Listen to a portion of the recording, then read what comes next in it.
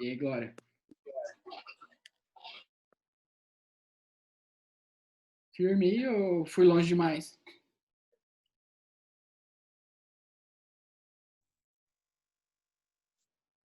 Aqui não entrou ainda. Agora entrou.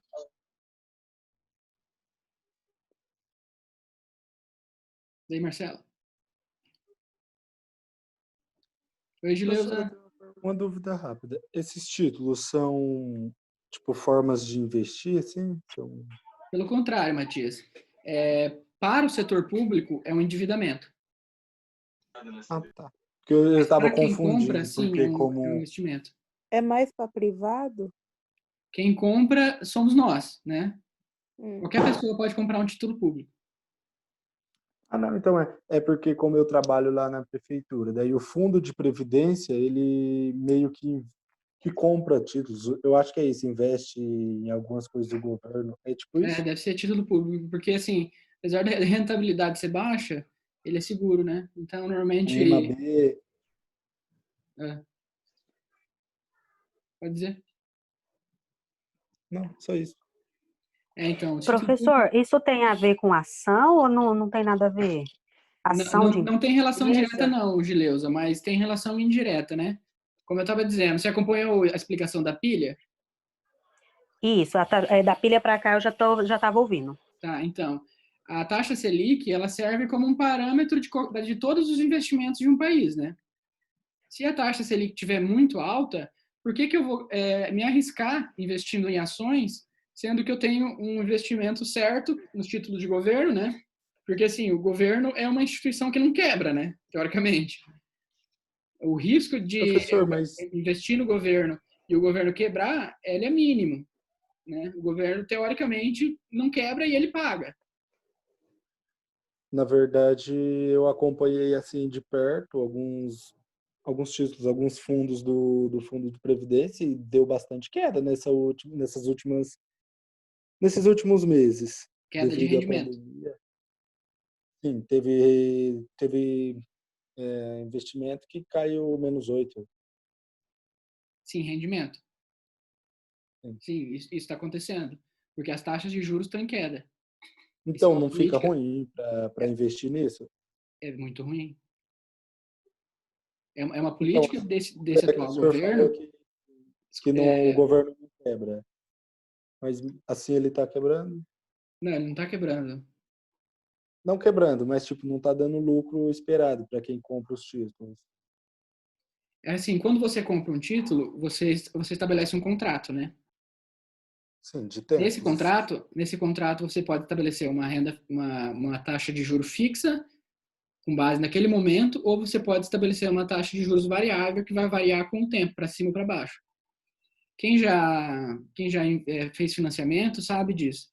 Sabe que as taxas de juros, você enquanto investidor, pode assumir riscos maiores ou menores, dependendo da ocasião.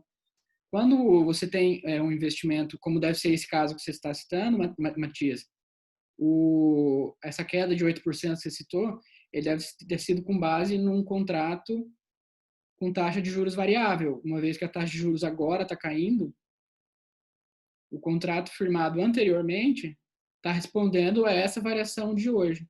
Se ele tivesse firmado uma taxa de juros fixa 5 anos atrás, ele teria recebendo as mesmas taxas de juros fixadas de 5 anos atrás, entende? Ah, tá, entendi. Obrigado. E quando eu falo quem pode emitir título, é o governo federal, é o Estado, e não o município nem o Estado Paraná, por exemplo. Né? Quem tem essa credibilidade de autofinanciamento é só a União, né? Que a gente chama a União, que é o governo federal. Então, essa é uma introdução assim sobre o funcionamento macro da economia. As formas que um governo pode se autofinanciar. Existe uma corrente econômica clássica, a gente chama de neoclássica, né? Que considera que o governo, assim como as pessoas, deve ter um orçamento equilibrado. Ou seja, ele não pode gastar mais do que ele arrecada. Faz sentido, né? No entanto, em casos como o que a gente está vivendo hoje, né, esse caso da pandemia, esse caso de altas taxas de desemprego, o governo, teoricamente, teria um papel de ter políticas econômicas anticíclicas, né? Porque o cidadão, o dono da empresa, ele quer se proteger, ele não quer perder tudo. Então, ele vai e demite, ele vai e corta salário. Eu não estou aqui para julgar valor, dizer se o empresário está certo ou errado. Estou dizendo que é o que ele faz, né? No momento de crise, o agente privado, ele se fecha, ele se autoprotege. E o que o governo pode fazer? O governo pode ir lá e suprir essa lacuna que o setor privado deixa, como foi o caso desse benefício assistencial dado para o pessoal desempregado e para os mais necessitados, nem sempre os mais necessitados, mas que foi dado para grande parte da população. E vocês acham que o governo tirou esse dinheiro da onde? Ele tem que tirar de algum lugar, né? Dos impostos. Ou dos impostos, ou dos títulos, do endividamento. Porque o endividamento é algo relativamente liberado para o governo fazer, desde que tenha quem compre. Né? Então, eu preciso... Professor, esse auxílio que está sendo dado, ele faz parte das políticas públicas, assim como o Bolsa Família? Sim, senhora. O auxílio é uma Professor, política econômica. Só uma, com isso, com esses auxílios que eles liberaram para a população, para grande parte, eles cortaram os impostos que vêm para a prefeitura, para as prefeituras, o dinheiro. E isso atrapalhou bastante, né? Você quer Cortaram dizer... também as horas extras da prefeitura, pelo menos aqui na minha cidade, cortou. Mas a prefeitura não tem nada a ver com o governo federal, né? Diretamente. Não, mas eu falo assim, porque o governo envia o ICMS e o FPM, que vêm O dos impostos. FPM, na verdade, quem envia é o governo estadual. O ICMS, O ICMS também é o governo estadual que recolhe. mas vem lá de cima do federal. Não. E diminuiu bastante. Não, então assim, bom, não era o caso, mas vamos entrar então. O ICMS é de competência de arrecadação e distribuição do governo estadual. Se não me engano, 75% fica para o estado, agora vai mudar, acho que vai ficar 60% para o estado e 40% para os municípios. O estado o arrecada e ele transfere por meio do FPM, né, Fundo de Participação dos Municípios, ele transfere com base num índice calculado. Inclusive, na diretoria que eu trabalho é onde a gente calcula esse índice de participação dos municípios. Que nem sempre ele é totalmente técnico, às vezes ele é um pouco político.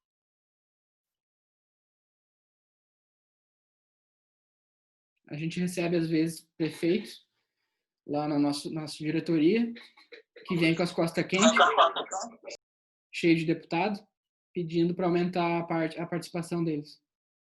Difícil, complicado. Então, o Estado recebe um índice de participação dos estados, que o governo federal arrecada e ele transfere uma parcela para cada ente federado. O Estado ele arrecada o ICMS e ele distribui para os municípios. Ok? De competência dos municípios é o ISS, Imposto sobre Serviços,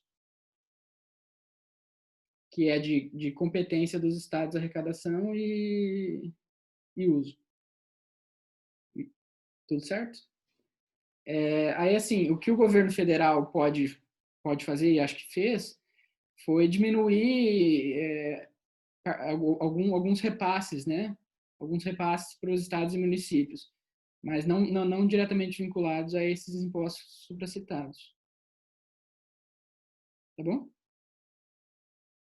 Se vocês tiverem curiosidade, a gente lá a diretoria que eu trabalho chama DAET, é Diretoria de Assuntos Econômicos Tributários. A gente emite boletim mensal sobre arrecadação, tributação dos impostos, né, dos impostos de âmbito estadual. Vocês podem entrar no site da Fazenda e lá todo mês tem um.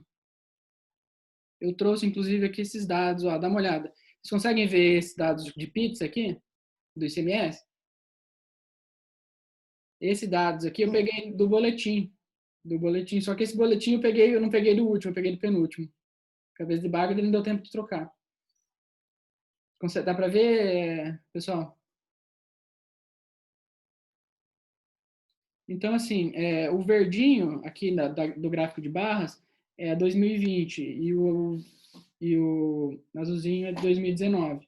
Você vê que em janeiro a arrecadação de 2020 foi bem mais alta que da de 2019. É que em janeiro, fevereiro, a gente tinha uma perspectiva de arrecadação muito boa do ICMS.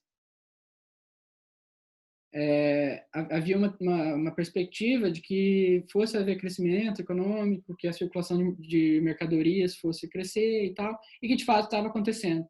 Mas aí veio o Covid e atrapalhou tudo, né? Aí aqui, em março, a gente já sentiu, né? Vocês podem ver, a arrecadação 19 e 20 já foi praticamente a mesma, sendo que havia uma tendência anterior de que 2020 fosse muito maior. Abril, não é que foi tão pouco, não, é que não tinha fechado o mês ainda quando eu peguei esses dados. Tá? Então, eu queria falar com vocês novamente sobre esse negócio de o governo gastar só o que ele arrecada. Aqui em cima, a gente tem esse gráficozinho aqui, ó, sabe, de 62 a 2018. Ele é o crescimento do Produto Interno Bruto, do PIB do Brasil. O em vermelhinho é quando o PIB cai. Em 2020 ele vai estar bem vermelho quando sair. Há uma previsão que ele esteja em torno de -8%, -10% do crescimento. Então, quando acontece esse tipo de crise, o que o governo tem que fazer? Ele tem que só gastar o que ele arrecadou, porque ele arrecadou muito pouco, ele vai arrecadar muito pouco. O que ele pode fazer? Ele pode fazer política. Ele pode fazer política para colaborar com o cidadão, política de assistência, política de incentivo à economia, empréstimo para os empresários, assistência social para os mais vulneráveis. Né? Se o governo só gasta porque ele arrecada, há uma tendência, um ciclo vicioso de que o governo cada vez seja menor. Né? Aqui tem um gráficozinho bem simples, sabe? Vocês estão vendo esse ciclo aqui? Houve uma queda no crescimento. O que acontece? O governo vai arrecadar menos, porque no caso do ICMS, por exemplo, se circula menos mercadoria, tem menos ICMS. Se o ICMS é menor, o governo vai repassar menos para os municípios. Os municípios arrecadando menos, ele vai poder investir menos, vai ter que cortar hora extra, Glória. Sei lá, não sei exatamente como está no município de Paranavaí. Então, existe uma piora no resultado fiscal. Com uma piora no resultado fiscal, né, que o resultado fiscal seria quanto arrecadou e quanto gastou, havendo essa piora, ele tem que parametrizar novamente. E como que ele faz isso? Diminuindo os gastos. E se ele diminuir os gastos, cai a arrecadação. Cai na arrecadação, o que acontece? Piora o resultado fiscal. Piorando o resultado fiscal, o que acontece? Corta os gastos. Me fiz claro nessa ideia? Pessoal? Alguém está me ouvindo? Sim. Yep. Então, a ideia da austeridade fiscal, que é uma palavra assim, muito usada sempre que algum novo governo assume, independente do partido, ele sempre quer dar um arroxo ali, organizar as contas públicas, e fala que a culpa foi do governo anterior, independente de quem seja. Essa é uma política diretamente vinculada à escola neoclássica de pensamento econômico, que é a base inteira do plano de ensino de vocês. Tá? Vamos para frente? Eu trouxe aqui também alguns exemplos, né? O FIES é uma política pública. O FIES é aquele programa de financiamento estudantil, que o governo empresta dinheiro para o estudante pagar a faculdade particular a taxas de juros abaixo do mercado, né? Então, assim, o governo está gastando, ele não está emprestando para ganhar, para ter lucro. O governo está gastando para ajudar, né? É uma política de incentivo à educação. Então, em 2014, a gente tinha 732 mil contratos E com a crise que começou mais ou menos nessa época, né, ainda no governo da Dilma, em 2015 caiu para 287 mil contratos. Ou seja, né, o governo deixou de gastar porque houve um momento de crise. Porque ele considerou que ali era onde ele podia manejar o orçamento. O orçamento público, ele é via de regra algo muito engessado, né? Eu não tenho os dados aqui, mas o orçamento, boa parte dele é consumido por salário e pensão, né? Que é o pagamento dos funcionários ativos e a aposentadoria dos inativos. Então, sobra muito pouco espaço orçamentário para investir ou desinvestir, né? Em caso de crise econômica, onde o governo tem que cortar, ele corta onde? Ele corta nas políticas públicas. Eu peguei aqui Ô, um estudo... professor, Pode falar. e quando fala que agora cortou a verba das pesquisas, tem a ver com isso aí também? É exatamente isso. É a Gileuza? Isso. É exatamente isso, Gileuza. Porque o dinheiro da pesquisa, ele é um investimento, né? Ele não faz parte do orçamento fixo do governo. Ele não tá escrito em lei que ele tem que investir X milhões por ano, né? E se não está escrito em lei, se não está fixado no orçamento, quer dizer que o governo pode mexer para cima ou para baixo. Quando o dinheiro falta, ele mexe no que ele pode mexer. O governo estadual, por exemplo, não pode simplesmente chegar e diminuir meu salário, a não ser que haja uma lei dizendo isso, né? Ele pode não atualizar, né? O que é o que ele tem feito, que na prática é uma diminuição, né? Mas ele não pode cortar salário nem aposentadoria. Então, essa é a parte fixa do orçamento. A parte de investimento é isso que você falou hoje, Leusa. É o investimento em pesquisa, é o investimento em casa popular, é o investimento em estrada, é o investimento em porto, sabe? Entendem? E essa é a parte que ele corta, quando precisa. E esse comportamento de corte, ele é aplaudido pela teoria neoclássica, a teoria que considera que o governo deve se comportar assim como uma pessoa, assim como uma empresa, que ele deve se basear em um orçamento. Vocês que são contadores falam em ativo e passivo o tempo todo, né? Então, essa escola de pensamento considera que o governo tem que ter entrada e saída balanceada. Eu peguei esse estudo aqui na tela, na esquerda, do Tribunal de Contas do Estado, que ele fez uma análise e descobriu que cada um de vocês, de escola, das universidades estaduais do Paraná, custa R$ 2.000 por mês. Cada um de vocês aqui. Até os que não ligam a webcam. Custa o mesmo preço.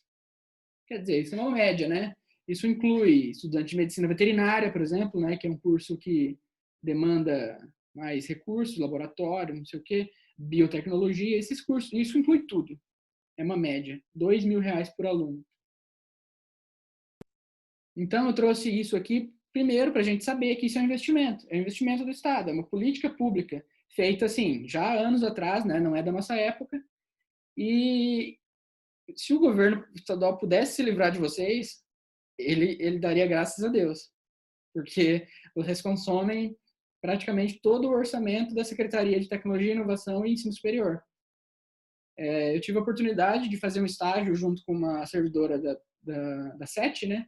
Secretaria de Tecnologia, Inovação e Ensino Superior, Ciência, Tecnologia, Inovação e Ensino Superior, e ela disse que essa secretaria praticamente não faz investimento, porque todo o orçamento vai para as universidades estaduais. E ela fala que o sonho da SET é se livrar dessas universidades. Porque daí eles iam poder investir. Porque vocês são custo fixo. Eles não podem mexer nesse custo. Entendem? Então eu trago isso assim também para uma reflexão, né, gente? Lembrar que vocês estão estudando de graça, isso é muito bom. Eu também. Eu me formei na UEM, né? Me formei em 2013 na UEM. Sou filho das estaduais aqui, adoro, sou um defensor, acho que elas têm que continuar, mas existe um ataque a elas há muitos anos, né? uma tentativa de sucateamento, né? Uma tentativa de diminuição do tamanho delas. Então, vamos refletir sobre o valor que estão sendo investidos na gente e vamos aproveitar, mesmo que seja à distância, ligando essa webcam, gente. Tá bom? Pôs roupa, Marcelo? Não pôs? Não colocou. Tem um exemplo. Eu trouxe outro exemplo de política pública, mas acho que a gente já falou bastante disso, né? Isso aqui é uma simplificação um pouco grosseira, né? Que a economia neoclássica, essa mesma que diz que o governo só pode gastar o que arrecada, considera os agentes, no caso, né? Os agentes econômicos, os consumidores, como pessoas racionais, que maximizam a utilidade, que perseguem a riqueza e seus próprios interesses.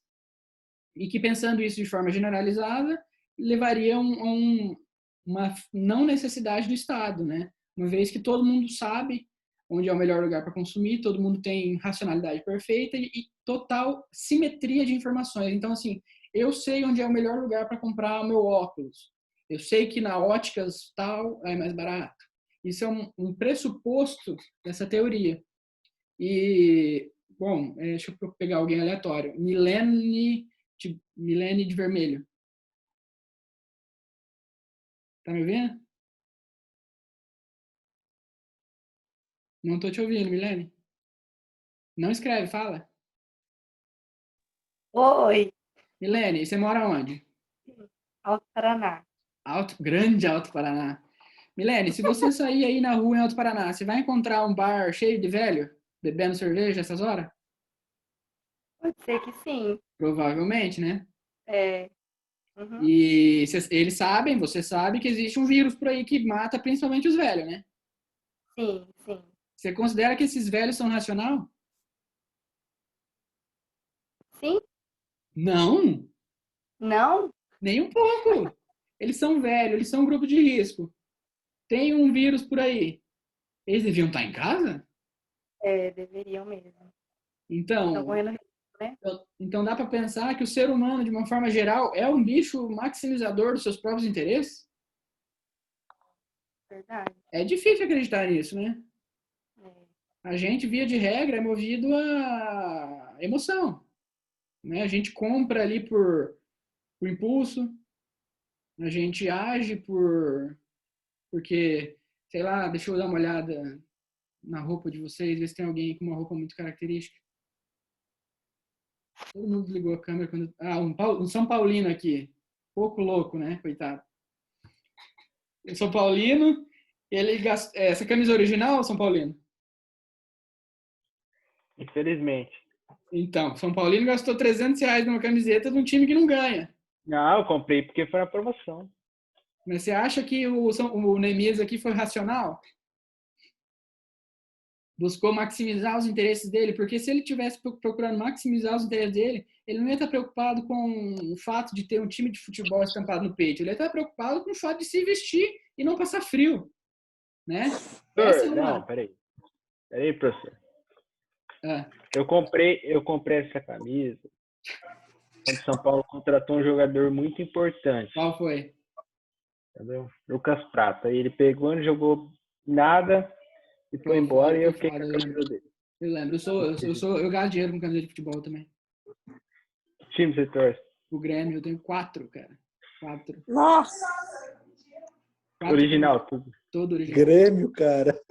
Nossa, que escolha! Que dó. Triste. E Mas a gente tá você queria ganhando. falar do meu time. Hã? Você queria falar do meu time ainda. Ô, Enemias, eu e você somos os maiores vencedores da Libertadores, tá? São poucos que podem dizer isso. Só que eu tenho 3 mundial, você não. Tá bom. A ideia, o que eu queria passar para vocês é assim: o Neemias, assim como eu, a gente se comporta com base não só no impulso da compra, mas também no nosso meio, né? Não sei, talvez o pai do Neemias seja São Paulino, que acabou influenciando ele a ser São Paulino. Assim, a ideia é que, além de ser baseado em emoção, a gente também é baseado na cultura, né? Algum de vocês provavelmente é do rolezinho. Tem um Oakley que, não sei, ou seja, A ideia é que o ser humano ele não é estritamente racional. Às vezes ele toma atitudes racionais, sim, toma, mas nem sempre. Algumas vezes por impulso, outras vezes porque faz parte da cultura. Essa é a grande ideia, assim, a crítica a essa escola neoclássica que vocês estudam, que todo mundo estuda, né? O Brasil, assim, ele é bastante atrasado na academia, na parte de estudo da economia. Ele estuda a economia tradicional, que já não é estudada no mundo inteiro há anos. Coisa de mais de 10 anos, esse tipo de teoria ele não é mais ensinada. A abordagem tradicional, ela não tem mais relevância alguma na academia. Mas ainda cai em concurso, então a gente tem que saber, né? Tem que saber, não importa. Mas eu quero que vocês tenham noção de que a economia ela é muito mais do que uma curva de oferta e demanda. Vocês lembram da curva de oferta e demanda? O que você acha aqui? Sim. Aqui, ó. Isso aqui é uma oferta de demanda tradicional, que pressupõe que uma vez que os preços caem, a gente consome mais. Igual o Neemias, comprou essa camisa de São Paulo quando estava em promoção. Né? O preço caiu, ele consumiu. Certo? Tem racionalidade? Tem. Mas é só racionalidade? Não. Né, gente? É. Então, assim, as variáveis estritamente econômicas, como o preço, elas têm que ser consideradas? Claro, isso é óbvio. Quando a gente fala de economia, a gente está falando de preço, a gente está falando de taxa de juros. A gente tem que pensar isso. Mas, por exemplo, se eu vou investir na bolsa, eu vou comprar... Eu sou um ambientalista, por exemplo. Eu vou lá e vou comprar ação da Natura, mata o meio ambiente, faz teste animal, sei lá. Estou dando um exemplo, gente, eu não sei. A Natura agora é culture free.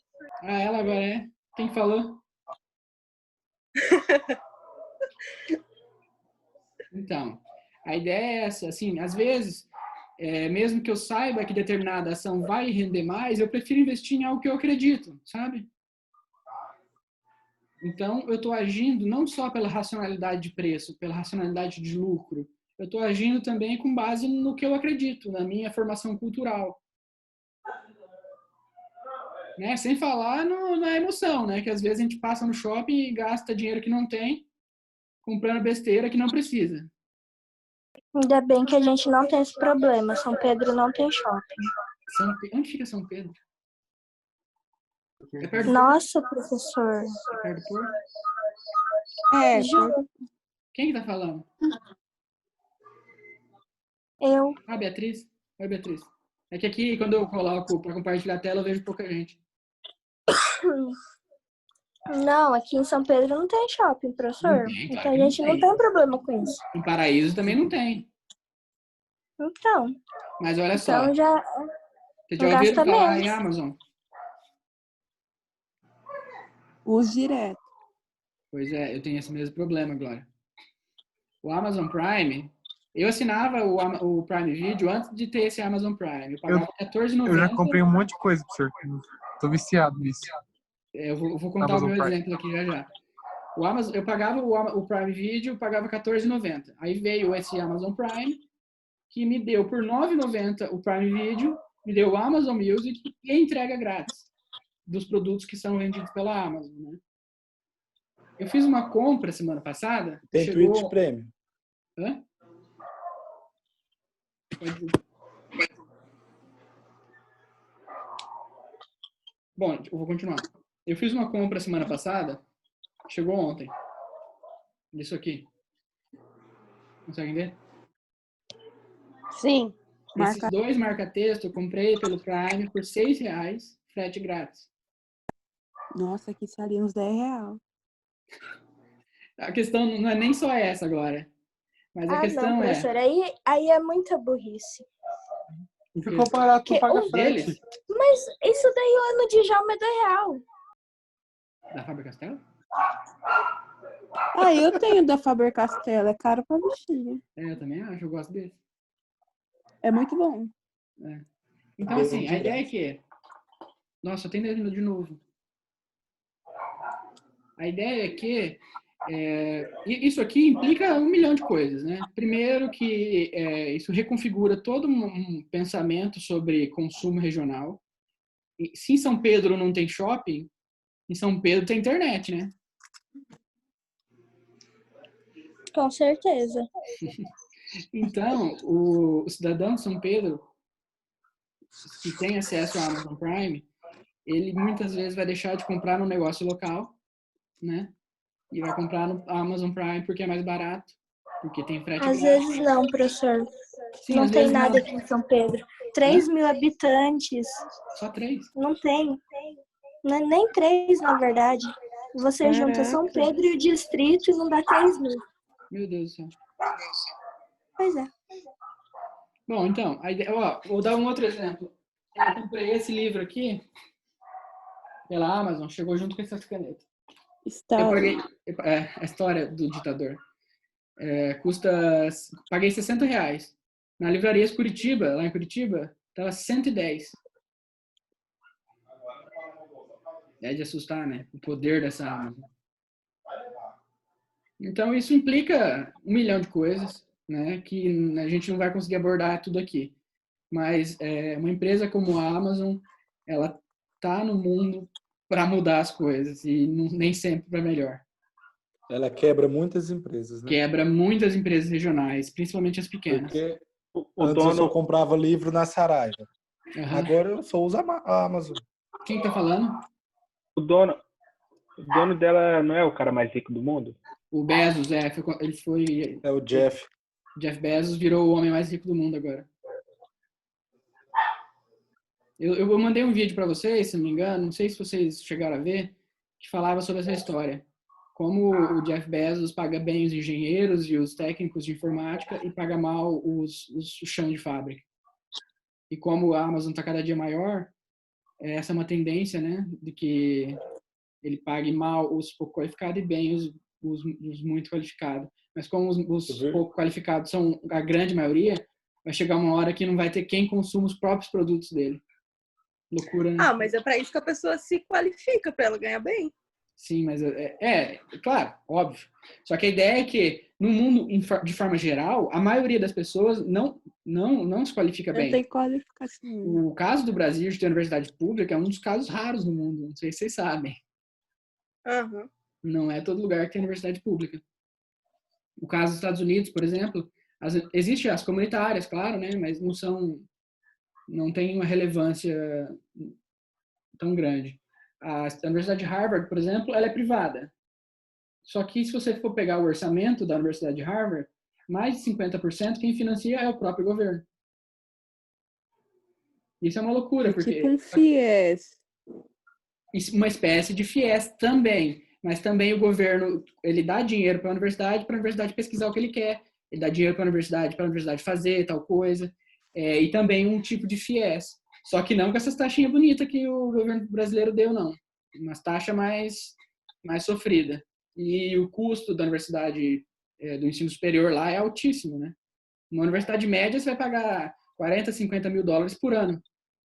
Harvard eu não tenho nem noção, mas deve ser uma fortuna por ano, né? Que é o FIE, né? A taxa, é FEE, que eles pagam anualmente lá. Então, mais um motivo para vocês darem valor aí para a universidade gratuita. Então, assim, para resumir, gente, acho que já tá bom por hoje, né? Eu tô cansando, vocês estão cansando? Então, assim, existem diferentes tipos de economias. A economia norte-americana não é uma só, não existe um capitalismo, um socialismo, sabe? Não existe os extremos. Existem diferentes formas de economias. Economias mais governamentais, com mais Estado, outras economias com menos Estado, e nem por isso elas são mais ou menos de esquerda, né? O caso da Alemanha, por exemplo, que é uma das maiores economias do mundo, eles estão num processo de transformar todas as universidades do país em pública. O que é uma coisa que pra gente não faz sentido, né? Porque a gente está aqui num processo oposto, né? De tentar transformar a universidade pública em privada, certo? A gente aqui do Paraná elegeu um senador, o professor Oriosvaldo, sei se vocês sabem.